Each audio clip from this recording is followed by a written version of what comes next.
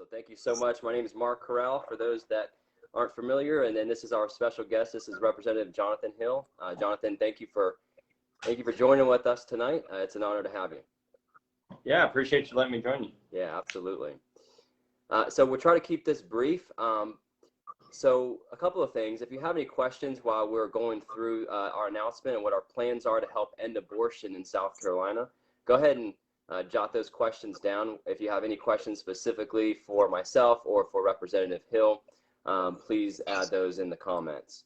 So again, we thank you for joining us tonight. I'm assuming by you joining us, you have a burden and a love for the unborn. Otherwise, you wouldn't take the time to join us. And so again, we're trying to get the word out. We're trying to end abortion in South Carolina. So if you haven't shared this live feed yet, go ahead and share that. That way we can spread this as far as wide as we can. You know, oftentimes we see tragic news of, you know, young children dying in our country of tragic ways, whether it's a, you know, young child drowning in a swimming pool or a child kidnapped and found, you know, dead in the woods somewhere. We always cringe and literally get sick when we hear those stories that come across our news feeds, you know, every couple days or even more if you're watching a lot of news.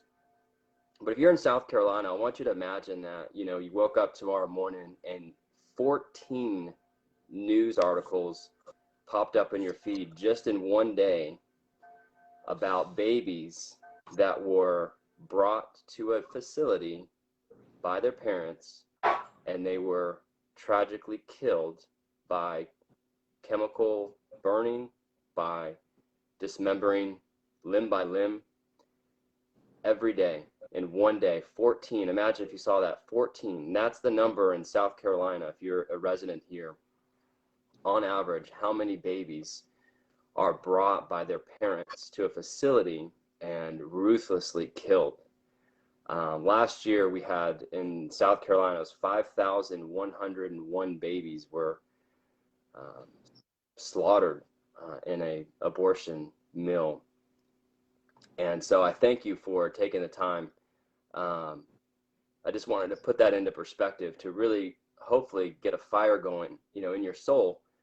Most people I know, they're pro-life, they want to help, they just don't know what to do. And so that's what we're going to cover here in a few minutes. The pro-life efforts in our state, unfortunately, have not ended abortion. And here recently, with some things that have happened within our state, have really lit a fire in my belly. And by God's providence, he has connected me with Representative Hill, who is very like-minded, that wants to see an immediate end to abortion in our state. Many people are aware of the heartbeat bill that was recently passed in our state, and a day later was had an injunction in the courts and is now stuck there. And so there is still hope. Many of us in South Carolina are thinking, well, what do we do next? Do we just sit and wait and hope? And we ought to be praying, but there is more that we can do, and that's what we're going to announce here tonight. So our approach to ending abortion is a little bit different. We're going to take a biblical approach. We're going to take a gospel-centered approach. We're going to take a church-led approach. We're going to call abortion what it is, and that is murder. And so, and the exciting announcement that we have by God's providence with Representative Hill, and here's the exciting news. Okay, some of you that know me, you already know what the news is, but by God's providence, like I said, and through Jonathan Hill's efforts, he'll explain here more in just a minute.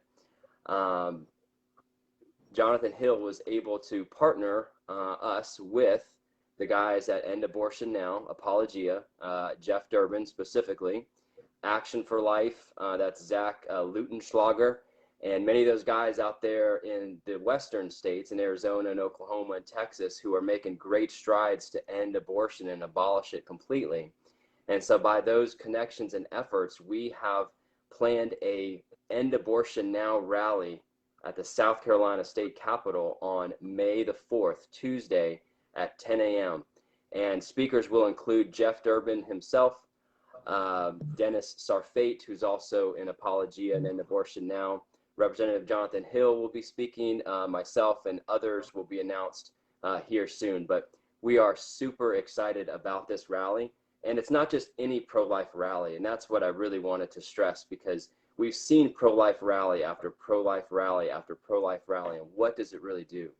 Well, this is not just any pro-life rally, my friends. This is a rally to be biblically based, gospel-centered, church-led, to call for the immediate end and abolishment of abortion. We're not going to accept anything less than our government, which according to Romans 13, our government is tasked by God. Our government has a responsibility, friends, by God, to punish evil and to reward good. And we shouldn't set the Bible aside when we're talking about egregious sin such as murder. We shouldn't set the Bible aside and try to argue from, natural law or what seems right in our own eyes. So that's why this rally is going to be different, my friends, because we're not going to put the Bible aside. We're going to exalt God's word for his glory, and we're going to pressure and call out our lawmakers to govern according to God's righteous standard and to put an absolute stop immediately to abortion. Now, Jonathan Hill, he's actually submitted a bill just a few weeks ago, right after the heartbeat bill went into effect, and he can share more, and that's House Bill 4046, which would absolutely abolish all abortion, friends, from the moment of conception, and in defiance of the unconstitutional Roe v. Wade. And so I'm really excited about this rally. I hope that you will share it far and wide. More to come. Our friends at Apologia, they're in Action for Life. They're working on all of the invitations, the branding, the signs, and so you're going to see more. So you're getting first insight here today for the rally. So I'm going to turn it over to Representative Hill. Jonathan, give us some words of encouragement about the rally, also specifically what we can do to help further the cause of not just regulating abortion, but to absolutely end it. Yes. Thank you, Mark. And I do appreciate you. I really do. For those watching, Mark and I met when he just reached out to me out of the clear blue. We just connected recently, just a matter of weeks ago for the first time. And, he was following the heartbeat debate. And, and I remember going to the Capitol that morning, knowing that heartbeat bill was going to be debated and voted on that day in the House, and knowing that it had been changed to add rape and incest exceptions into it. So not only were we making a statement, but it just wasn't even necessarily a pro-life statement anymore, because we're so far from, the bill is so far from protecting all life. I mean, it'd be one thing if we were saying we're going to ban abortion when a heartbeat starts, but that's not what the bill did. Anyway, there were a lot of issues with that bill. And I remember going to the Capitol, and it just hit me suddenly that they think they're doing right.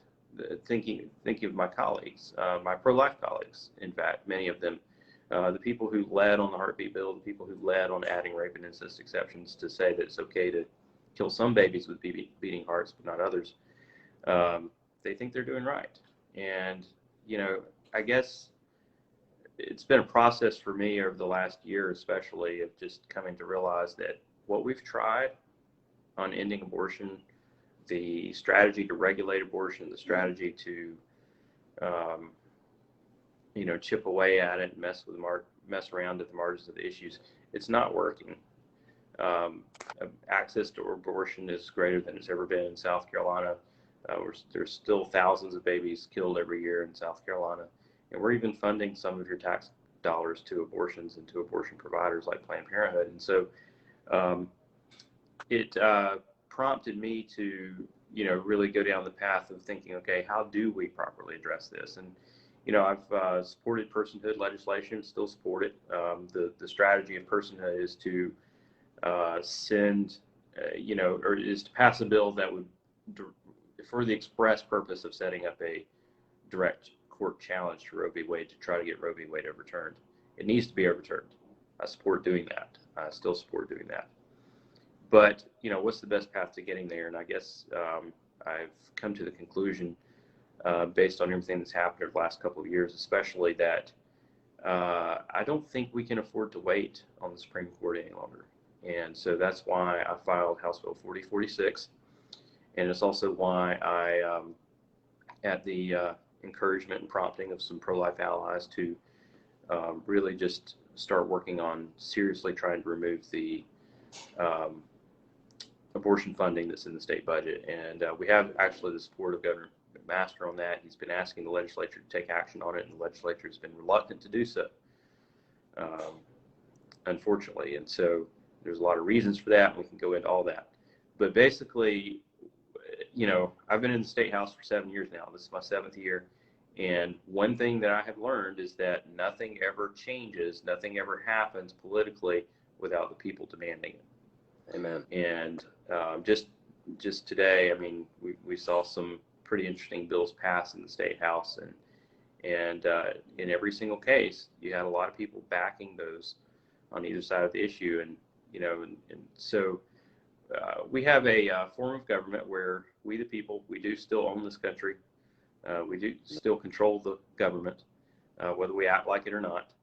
And so, when morally egregious things like abortion, which is really a form of genocide of the unborn, is happening all around us every single day, even in our churches in some cases, when that's happening and we do nothing, and we sit back and we let politicians just do what they do, and we keep sending them back to office and everything,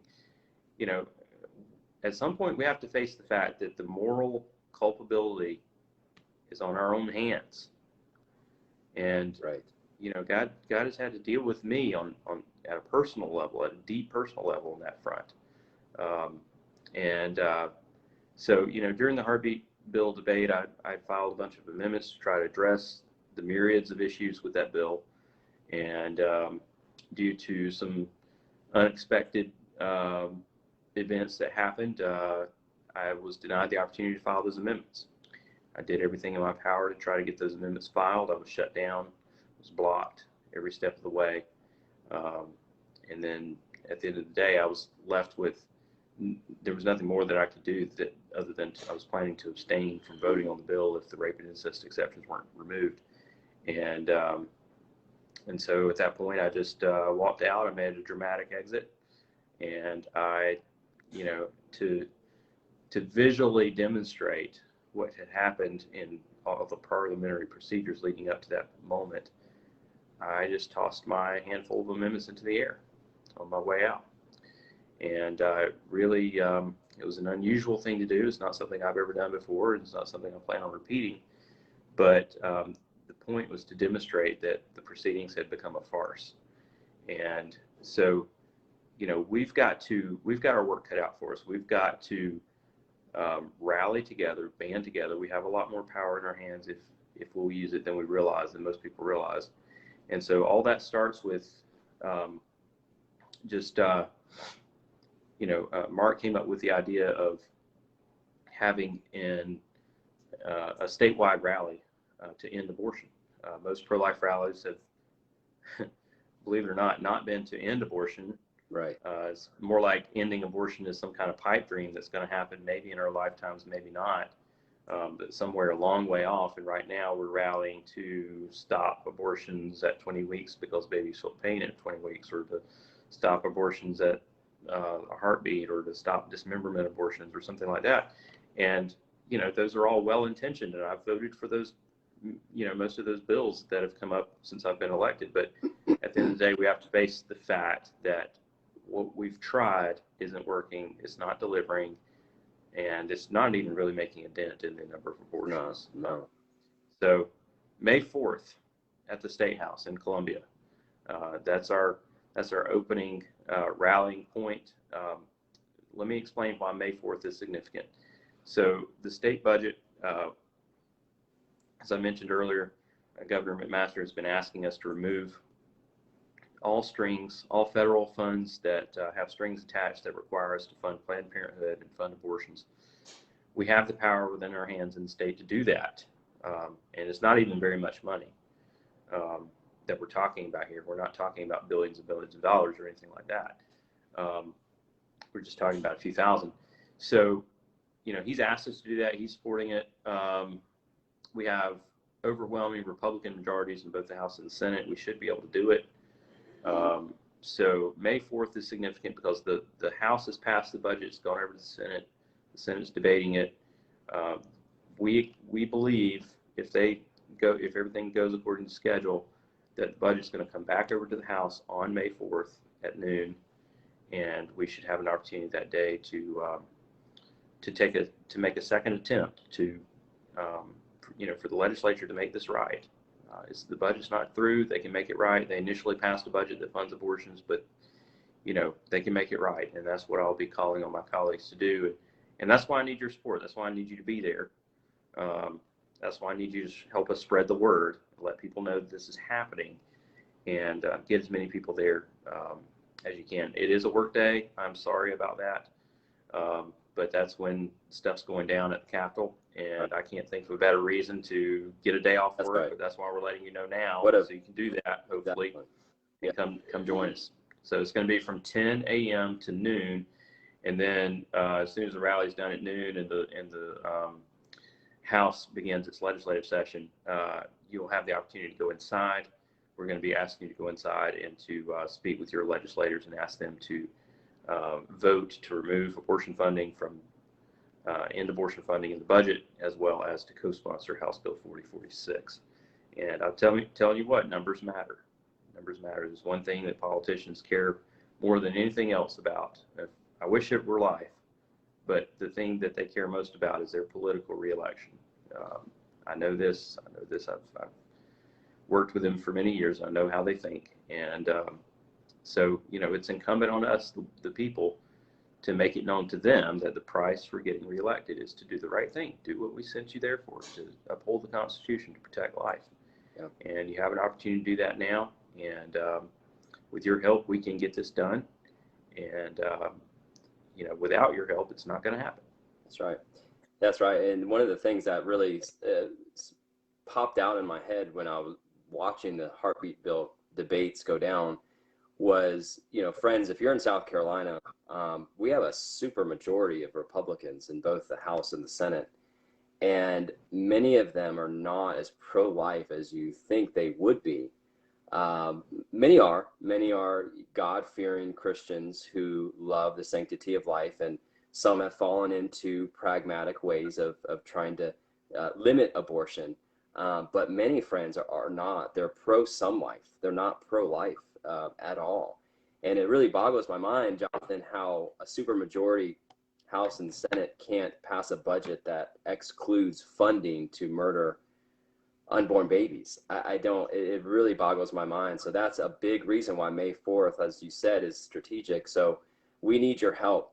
We absolutely need your help. If you're watching this, you're in South Carolina, and I personally don't have your church information.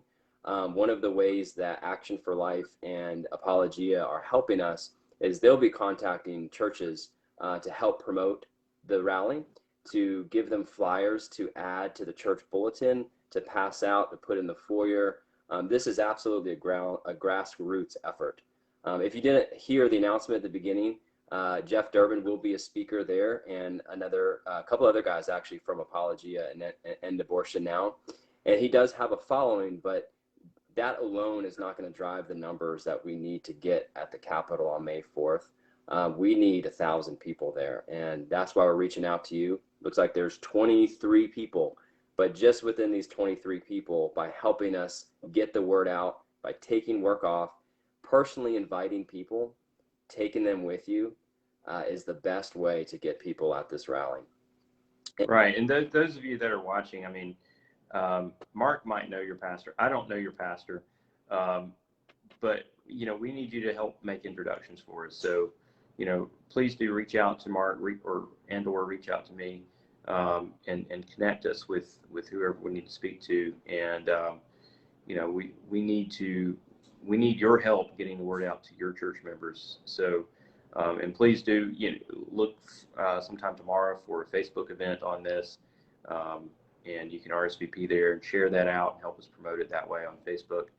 And and you know, of course, you can email that out as well. So just getting the word out is going to be the biggest challenge. You know, we've got about a month, but you know, that time's going to go by very quickly. And so if you have any questions specifically, I didn't see any come through yet, but if you have any questions, you answered my questions, Jonathan. I was going to ask on behalf of the people, what could we do specifically? As you're thinking about a question to ask myself or Jonathan, I preached this last weekend from 1 Corinthians 15 on the resurrection, but spent a lot of time in Psalm 2. So I want to encourage you watching as a believer. Psalm 2 is a messianic psalm. It's speaking of Christ. And Paul actually quotes from Psalm 2 quite a bit throughout the New Testament and Acts and his epistles. And Psalm 2, and starting in verse 7, says, I will announce in the decree of the Lord. He said to me, you are my son. Today I have begotten you. So the Father saying to the Son, ask it of me, and I will certainly give you the nations as your inheritance, and the ends of the earth as your possession. You shall break them with the rod of iron. You shall shatter them with earthenware. Now let you kings use insight. Let yourselves be instructed, you judges of the earth. Serve the Lord, or pay homage to the Lord, in reverence and rejoicing with joy. Kiss the Son, that he be not angry and perish you on the way, for his wrath may be kindled quickly. How blessed are all those who take refuge in him. So they're talking about Christ here, that Christ rules and reigns right now. He is on his throne. He is sovereign. He is a Lord over all. He's reigning, and we need to speak that to our leaders, that they are to govern according to God's standard and not their own thinking, not their own pragmatic ways of thinking, not their own devices. One of the best quotes from an apologist that I really enjoy learning about, Greg Bonson, he once said that if there's not a divine law above man's law, then there's no barrier towards totalitarianism. In other words, if our government is not legislating, if Jonathan Hill is not legislating by the divine law of God, then there's no barrier towards Marxism. There's no barrier towards socialism, totalitarianism. So that's what the Church of Christ needs to stand up and do. And I hope that you'll be able to make it on May 4th. I do see a question. Okay. What seems to be the argument for Republicans that don't take a strong stand against abortion? Is it fear? I'll give that one to you, Jonathan. I think that there's a variety of issues at play, and there could be some fear in some cases. I don't think it's necessarily that across the board. I think that there may be some misunderstandings in terms of what's legally possible. You hear this thing that people say sometimes, that some politicians say, that Roe v. Wade is the law of the land. Well, it's not. It's a legal opinion issued by the highest court of the land, but it's not the law of the land.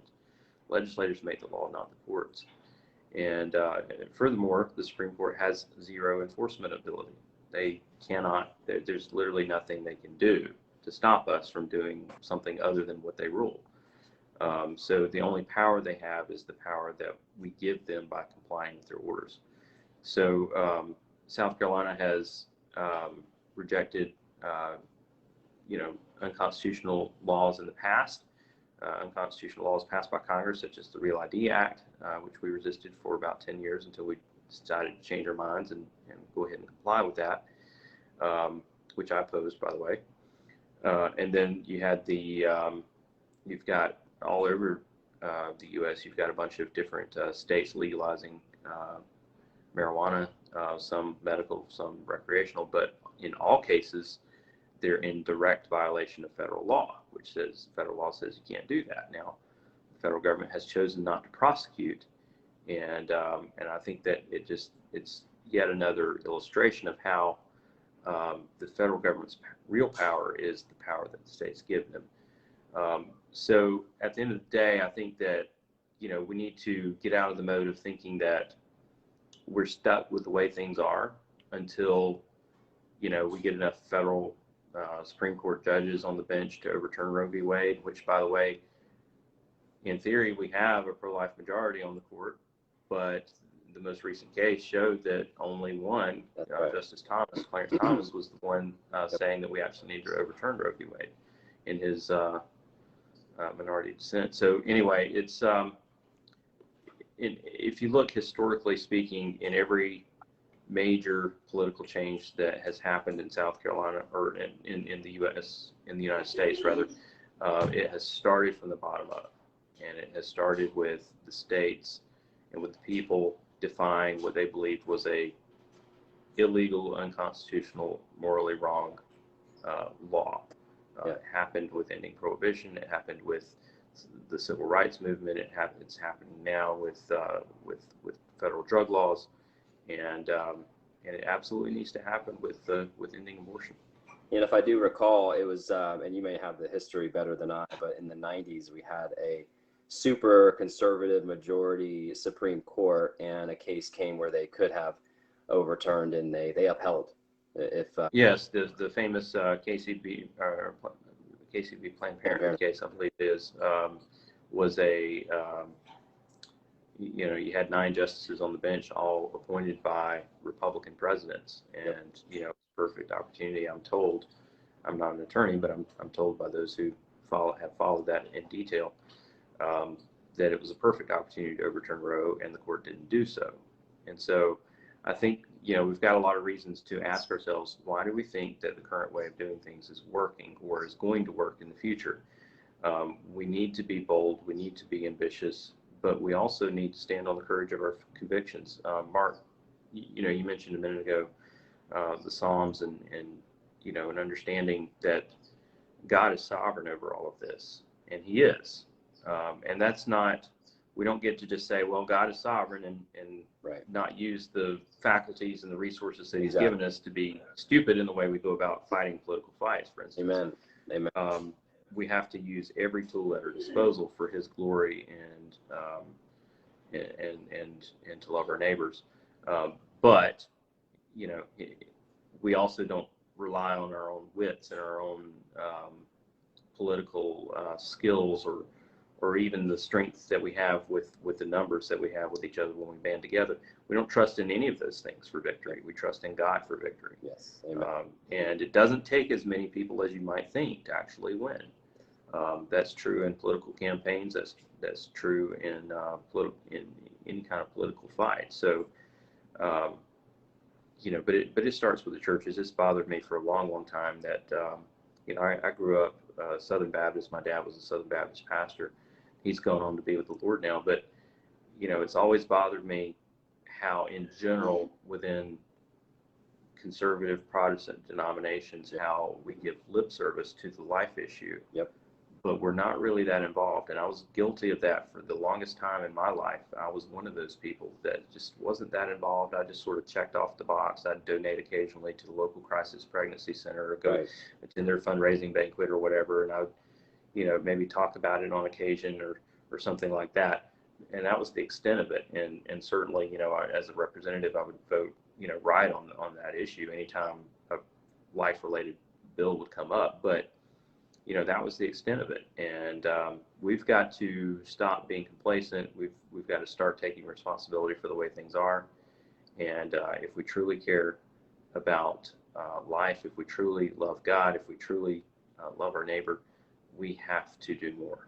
Yeah, absolutely. Churches aren't talking about it as they ought to be, as they need to be, because we've gotten so desensitized over the years. So another question came up, and I'm gonna frame it in another way, because I was asked this past week by someone, similar question, when it comes to passing an abolishment bill, right, that completely abolishes abortion at conception. How is that upheld? Specifically, we think about the heartbeat bills that have been passed by 11, 12 states, and a day later there's an injunction and they're tied up in courts and they go nowhere. So how does a state, and for those watching right now, we're one of 4 states that we know of that have a bill that hasn't had a hearing. One state may have a hearing, but that would abolish abortion at conception. So Jonathan, how would those be upheld? How would those be enforced if they were to go into effect? Well, I can't speak for what other states are doing, but I will say that the way House Bill 4046, which I filed is drafted, it removes all exceptions for abortions, and it actually redefines abortion as murder, which I believe that it is. Amen. It needs to be prosecuted as such, and it also states that we're going to enforce this without regard to. We're not going to wait for the Supreme Court to give us permission to enforce this. We're going to do it. We're going to do it now. We're going to do it even if they say we can't, even if there's a federal injunction saying we can't. So that's written in the bill itself. It's Correct. written right out in the bill. And it even says that the state doesn't have to legitimize what is going to inherently be an unconstitutional federal tribunal against our law. And by the way, let's just revisit this notion that the Supreme Court is the ultimate arbiter of what is constitutional and what isn't. I don't believe that's not a concept you'll find anywhere in the Constitution itself. In fact, the 9th and 10th Amendments actually contradict that notion.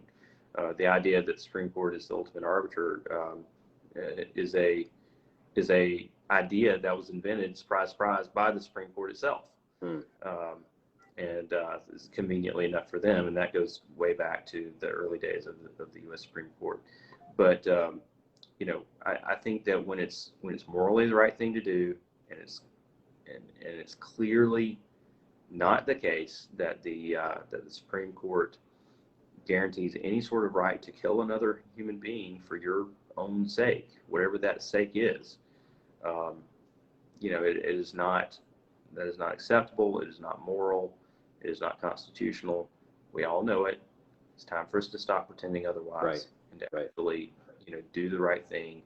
And if the federal government wants to try to stop us, then we'll deal with that when it happens. But we're not going to comply. So that's the crux of the difference between what you're doing and what the 3 other states. It's Arizona, Texas, and Oklahoma, where the strategy, again, is not par for the course. It's not trying to pass a law that will be upheld by Roe v. Wade.